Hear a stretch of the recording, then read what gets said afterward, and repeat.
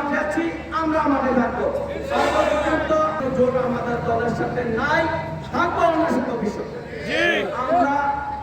আমরা বিএনপির জন্য আমরা অনেক কিছু করেছি। আমরা বিএনপিকে এগিয়ে নিতে যে চেয়ারম্যান সাহেবকে নিয়ে অনেক করেছি এবং এখন আমরা আতাউর সালাম সাহেব আমাদের এই 10 সাল থেকে যখন চেয়ারম্যান সাহেব মারা গেছেন, আমাদের সব নেতা কর্মীদের মামলা হামলা সব কিছু দেখেছেন এবং অনেক বিপদে আপদে আমাকে আগিয়ে ধরেছেন, চান্দিনা বিএনপিকে আগিয়ে ধরেছেন। আমরা এখন সামনে থেকে আমাদের পথ ক্লিয়ার। আর অন্য দল বলে কি আমরা নজর নিয়ে আসবেন, আমরা কি চিরাচা হবো?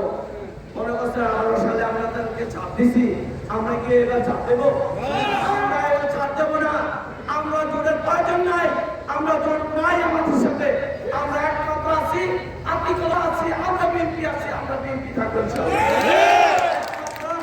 চান্দিনাতে বিএনপি ছাড়া অন্য কিছু থাকার দরকার নাই। আমরা চিনিও না জানিও না, কিন্তু উনি বয়স হয়ে গেছে, মুরব্বী মানুষ, তার কোনো কিছু করার দরকার নাই। উনি রতন সাহেব, ওনার সঙ্গে এক সময় আমরাও করেছি। উনি দলের সাথে বেমানি করেছে, আমরা দলের সাথে বেমানি করি। আমরা সঠিক পথে আছি, আমরা অনেক নির্যাতিত হয়েছি। আজকে আপনি বলেন কি আপনি খাবেন, কিন্তু এই সুযোগ নাই। কারণ মানুষ জানে যে মানুষ জানে যে আমরা বল রাস্তা গেছি, আমরা পড়াবো। চেয়ারম্যান সাহেব ৭৪,০০০ ভোট পেয়েছেন, আমরা ইনশাআল্লাহ ১,২০,০০০ ভোট দিয়ে জয়যুক্ত করে সংসদকে আমরা সংসদে পাঠাবো।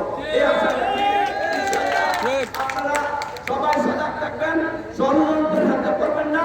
ষড়যন্ত্রকে মোকাবেলা করার জন্য ইনশাআল্লাহ আমাদেরকে বলবেন, আমরা মোকাবেলা করবো। এই বলে আমরা বক্তব্য শেষ করছি। আসসালামু আলাইকুম ওয়া রাহমাতুল্লাহ।